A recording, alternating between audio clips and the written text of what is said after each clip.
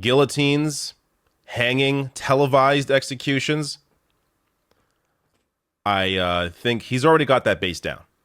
I don't think he's really reaching out to any new people with this position. In at least one instance late last year, according to the third source who has direct knowledge of the matter, Trump privately mused about the possibility of creating a flashy government-backed video ad campaign that would accompany a federal revival of these execution methods. In Trump's vision, these videos would include footage from these new executions, if not from the exact moments of death. Quote, the former president believes this would help put the fear of God into violent criminals, this source says. He wanted to do some of these things while he was in office, but for whatever reason, didn't have the chance. So, before I get to how stupid the idea is that scaring people into doing good is going to keep them away from potential crime, I just want to share that he already kind of hinted at this, as they mentioned there in his announcement. So check out this piece of his announcement for his new run. But we're going to be asking everyone who sells drugs, gets caught selling drugs, to receive the death penalty for their heinous acts, because it's the only way. It's the only way, he says. The only way to stop drug dealers is with the death penalty.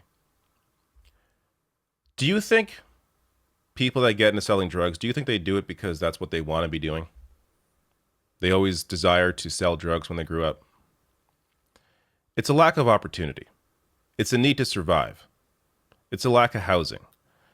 These are all issues that need to be addressed in a systemic way, with guaranteed housing, with actual opportunities, with real investments into communities that often are food deserts, are just completely void of any actual functioning system when it comes to healthcare, when it comes to food, when it comes to job opportunities. That is how you properly address an issue like this, is you properly invest into public education, into housing, into these communities that are being left behind. That is the problem. Threatening even further or longer sentences or the death penalty is not going to do anything to address this problem. Because if that was the issue, then the U.S. would be the leader in their ability to clamp down on crime. They would be leading the world in peace because of the amount of people that they put in jail. And I'm sure you all are already aware of this, but this is from the Prison Policy Initiative. Not only does the U.S. have the highest incarceration rate in the world, every single U.S. state incarcerates more people per capita than virtually any independent democracy on earth. To be sure, states like New York and Massachusetts appear progressive in their incarceration rates compared to states like Louisiana, but compared to the rest of the world, every U.S. state relies too heavily on prisons and jails to respond to crime. So Louisiana is the worst in the world. And go down the list here. These are all states until you get to the U.S., of course. Then you get to El Salvador, Turkmenistan, Rwanda, Cuba, Thailand.